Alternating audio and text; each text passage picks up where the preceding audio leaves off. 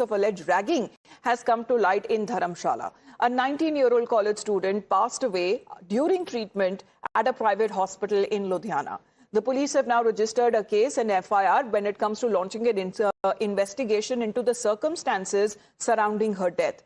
The student, who was said to be pursuing her studies at the Government Degree College in Dharamshala, is alleged to have suffered severe trauma due to ragging, physical assault and sexual harassment allegedly on college campus. She later succumbed while undergoing treatment. Now, according to the FIR, allegations of ragging and harassment has been made against fellow students, and a professor has also been named in the case.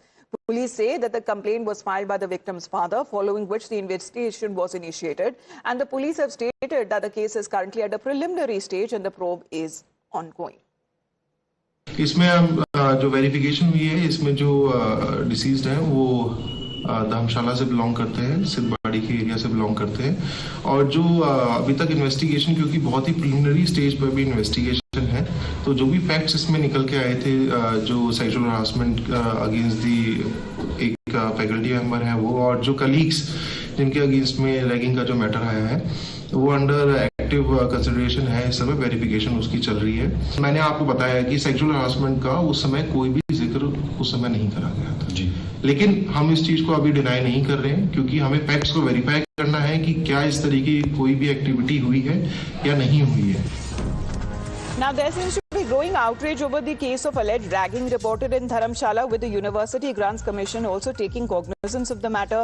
The UGC has stated that the student's death is being treated as a suicide, even as serious questions continue to be raised around the circumstances leading up to the incident. Now, in response, the Commission has announced that a fact-finding committee will be formed to examine the case in detail. The UGC has also promised stringent action and has assured that those found guilty will not be spared. Emphasizing its stand, the Commission has said that the student's safety remains its top priority. Let's connect with Manoj on this. Manoj, क्या अभी ये जिस तरीके से जो खबर आ रही है रैगिंग की, और बताया जा रहा है कि बच्ची के साथ काफी हद तक टॉर्चर भी किया गया है, क्या इसे रैगिंग कंफर्म किया जा रहा है? पुलिस अभी इन्वेस्टिगेशन कर रही है, उनकी तरफ से कहा जा रहा है कि अभी भी वो फैक्ट फाइंड करने में लगे हुए हैं।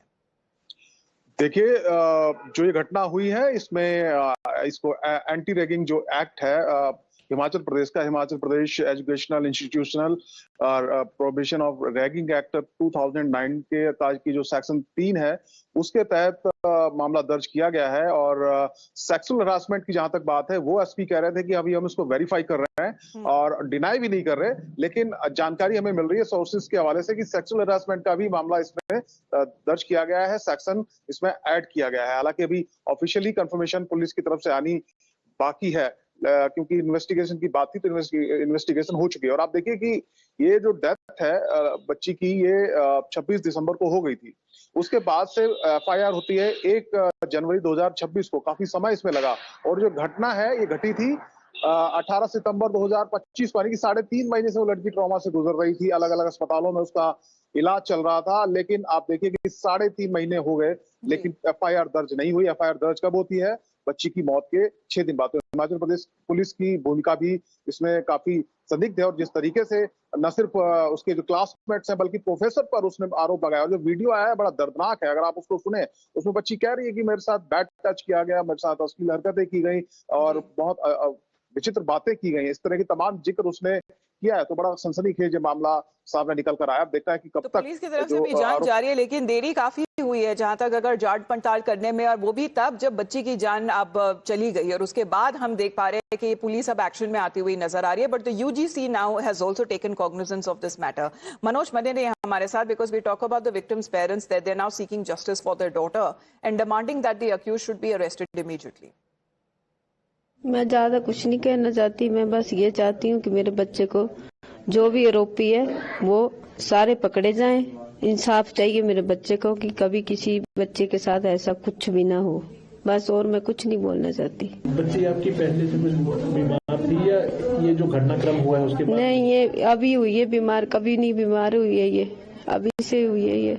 सर वो दुख वाली घड़ी तो आई है सर, बच्चे के साथ गलत तो हुआ ही है सर, और गलत भी कॉलेज से हुआ सब कुछ।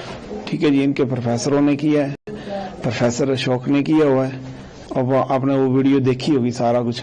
और उनको शर्म आनी चाहिए कॉलेज वालों को, हम बच्चों को पढ़ाने के लिए भेजते हैं वहाँ पर। और ये सर ऐसे करेंगे, इनका तो बाबरा खुलेगा, कल को और बच्चे भी जाएंगे, उन बच्चों का क्या बनेगा। पूरा इंसाफ चाहिए। मेरी बच्ची नहीं रही है, लेकिन इंसाफ चाहिए, पूरा इंसाफ चाहिए। वो आदमी, वो शौक भी अंदर होना चाहिए, और लड़कियों को भी सजा मिले।